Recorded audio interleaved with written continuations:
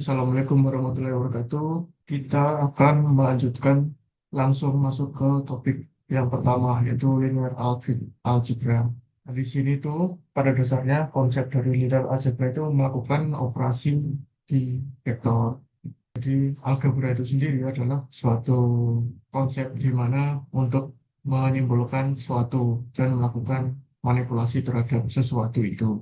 Terus bentuknya juga macam-macam, kayak pas kita waktu SMA belajar soal benda yang bergerak menuju arah sesuatu gitu. Misal seperti di gambar ini ada dua vektor X, Y. Terus kalau dijumlahkan itu nanti X plus Y atau disimbolkan dengan variabel lain, misal vektor Z gitu.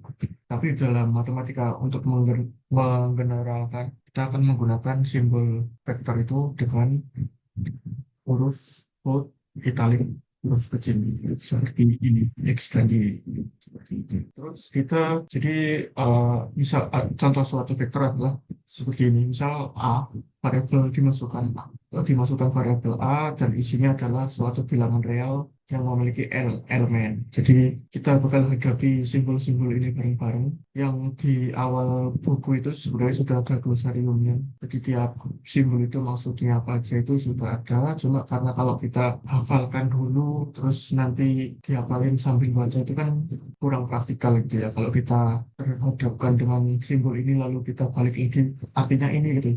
Kalau sering-sering dipakai kan nanti bakal ingat juga. Jadi kita kayak itu aja lagi. Terus kita balik lagi ke sini. Misalnya ada suatu vektor yaitu bilangan real beranggotakan tiga elemen. Itu nanti kayak gini bentuknya. Itu dua tiga. Misal anggotannya adalah satu, ada dua, ada tiga.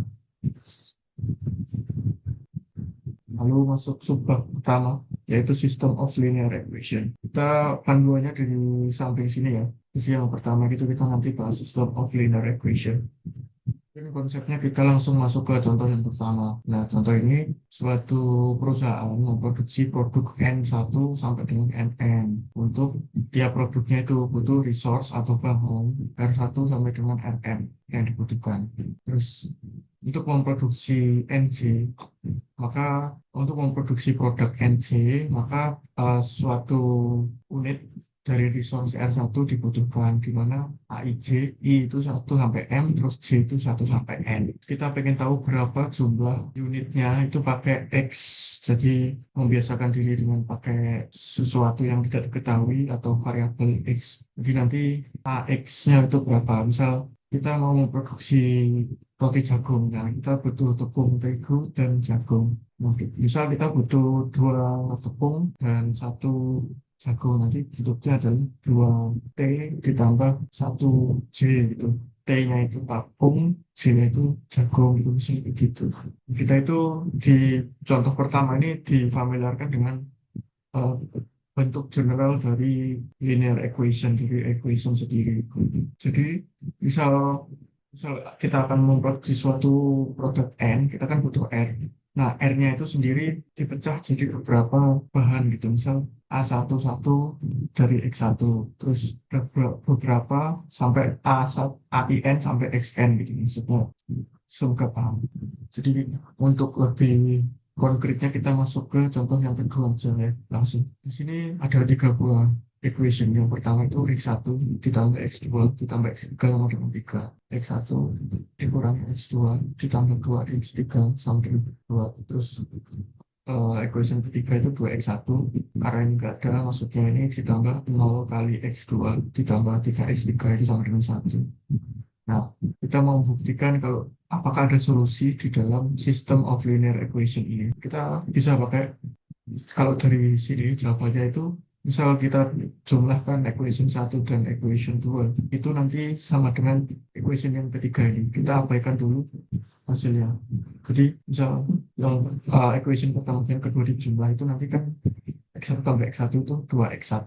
Terus X2 dikurangi X2 saling meniadakan, nggak ada. Terus X3 ditambah 2X3 itu 3X3. Kan sama saja kayak equation yang ketiga.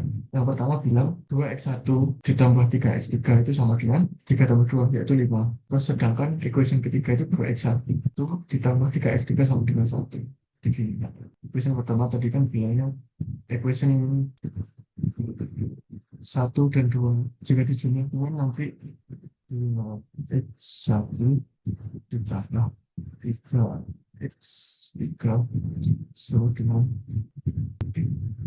5. Ini kan equation 1 ditambah equation 2. Nah, equation 3 itu 2x1 ditambah 3x3 sama dengan 1. Ada dua pernyataan nih. Katanya 2x1 ditambah 3x3 itu sama dengan 5. Terus yang kedua itu 2x1 ditambah 3x3 itu sama dengan 1. Kita contohkan di kehidupan nyata, misal kita mau memproduksi kayak tadi ya, roti jagung. Kita butuh sel X1, kita misalkan itu tepung terigu, X2 itu sama dengan jagung. Kalau kita mau memproduksi 5 roti jagung, katanya pernyataan pertama itu kita butuh 2 tepung terigu ditambah 3 jagung. Itu bisa menghasilkan 5. Sedangkan di pernyataan yang kedua, untuk menghasilkan satu roti jagung saja kita butuh resource yang sama, yaitu 2 tepung terigu dan 3 jagung gitu. Jadi saling berkoordinasi. Jadi sistem of linear equation ini tidak punya solusi. No solution. Di sistem of linear equation sendiri itu sebenarnya banyak yang punya solusi. Jadi kita bisa mencari nilai X1, X2, X3-nya. Ada yang cuma pengeskalaan, misal 2x1 tambah 4x2 sama dengan 8. Ya, itu equation yang pertama. Terus yang kedua itu 4x1 ditambah 8x2 sama dengan 16. Ini equation kedua ini kalau dibagi dua kan sama dengan equation yang pertama, 4 dibagi 2, 8 dibagi 2, 4 dibagi 2, 8. Jadi ini menghasilkan informasi yang sama, jadi cuma satu informasi. Dan kalau kita punyanya ini doang, kita nggak bisa menyelesaikan. Jadi mau disubstitusi alias dikurangi sampai ketemu satu variabel itu kan nggak ketemu tuh. Seperti itu. Terus kita masuk ke contoh kedua. Contoh kedua ini dia bilang X1. Seperti inilah, sedih sendiri, bisa di pause. Terus dia bilang X1-nya itu sama dengan 1 dari equation 1 tambah equation 2 kita dapat sekian sama dengan 5. Maka X1 3 ya sama dengan 1. Nah, kenapa bisa seperti itu? Bisa seperti ini. Kita lihat, kita tulis dulu. X1 tambah X3 sama 3. Equation pertama ini X2 X1 kurangi X2 tambah X3 sama dengan 2.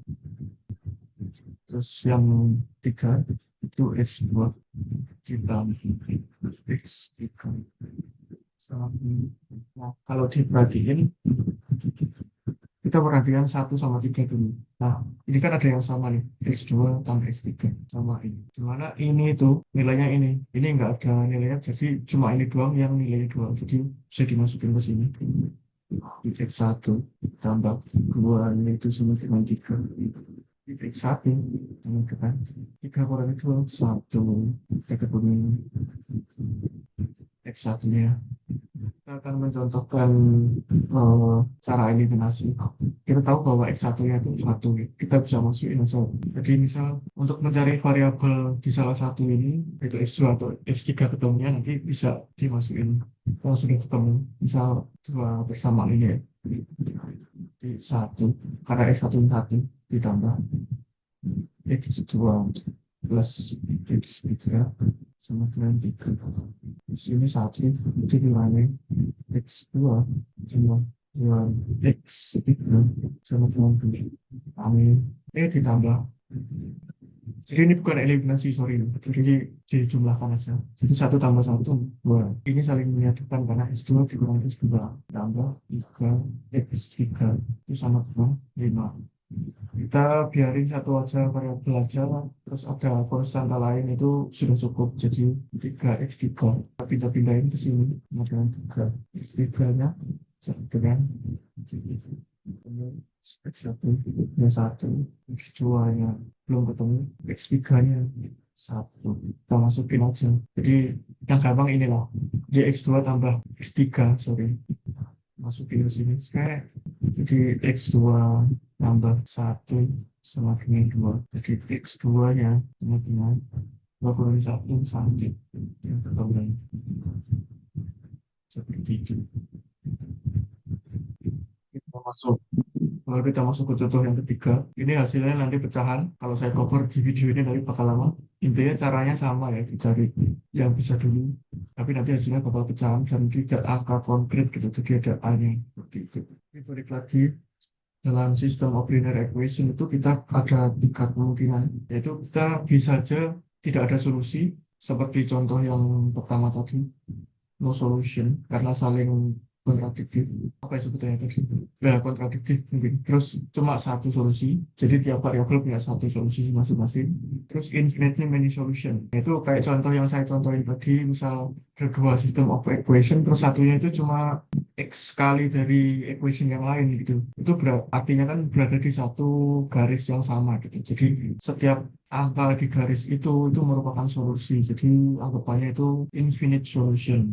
Tapi mungkin kalau lewat ngomong gini kurang jelas intuisinya, kita kalau mau lihat intuisi linear algebra secara intuitif, secara visual, kita bisa lihat di YouTube. Ada sumber yang saya lumayan suka, itu bisa lihat di channelnya Tribuan Pro di playlist Essence of Linear Algebra. Kalau mau lihat intuisinya seperti apa, balik lagi yang saya sebut, misalkan suatu sistem of linear equation itu punya satu solusi gitu. Misal kayak gini ya, ada dua persamaan 4x1 tambah 4x2 sama dengan 5 sama 2x1 min 4x2 sama dengan 1. Kita plotin, terus kita ketemu titik potong antara dua garis ini. Nah ini kan koordinat x2 sama x1, tapi biasanya kan kita kalau belajar zaman SMA dulu koordinatnya x sama y gitu ya. Jadi ya udah kita manut bukunya aja di koordinat X1 sampai X2 ini ketemu di titik sini berarti kan sekian, X1 ini nilainya sekian, X2 nya nilainya sekian gitu. Solusi dari dua ini adalah nilai ini. Jadi X1-nya jika dimasukin ini sama X2-nya jika dimasukin ini sama persamaan yang ini juga itu nanti sama dengan ini. Jadi angka berapapun ini jika dimasukkan sama dengan 5, angka berapapun ini jika dimasukkan sama dengan 1 gitu. Jadi angka yang sama untuk mengisi variabel masing-masing. Nah, selanjutnya kita bisa mengkompakkan bentuk dari linear equation ini menjadi bentuk matrik-matrik atau ya vektor gitu. Jadi matrik satu kali n, satu kali m, sorry. Nah, kita bisa bikin ini menjadi bentuk matrik. Misal gimana ya? Kalau ini contohnya di buku ini itu secara general. Kalau ini dijadikan suatu dikompakkan seperti ini, nanti jadi kayak jadi caranya itu memisahkan koefisien dengan variabelnya. Nah, kita kan di sini punya koefisien 4 4 terus nilainya itu 5 atau konstantanya itu 5 bawahnya 2 koefisiennya, terus ada koefisien, terus bawahnya ini ada 2 sama minus 4 sebagai koefisien. Nah, kita pisahkan antara variabel dan koefisiennya, jadi kita tulis sini 4 X1 ditambah 4 X2 sama dengan 5. Satunya 2 X1 dikurangi 4 X2 sama dengan 1. Masukkan aja ini. Karena dari equation pertama sama kedua ini variabelnya itu sudah diwakili gitu. Jadi mau berapapun angkanya itu sama gitu. Antara X1 ini equation pertama sama kedua dan misalnya ada terusnya itu bakal sama terus X2 nya juga kayak gini, jadi bisa diwakilkan dengan satu kayak gini. Yang dipisah itu tinggal koefisiennya 4, 2, 1 operasinya ditambah ini 4 karena ini kurangi ini dengan 4 X2 sama ini bawah kita ini 5 bisa kita.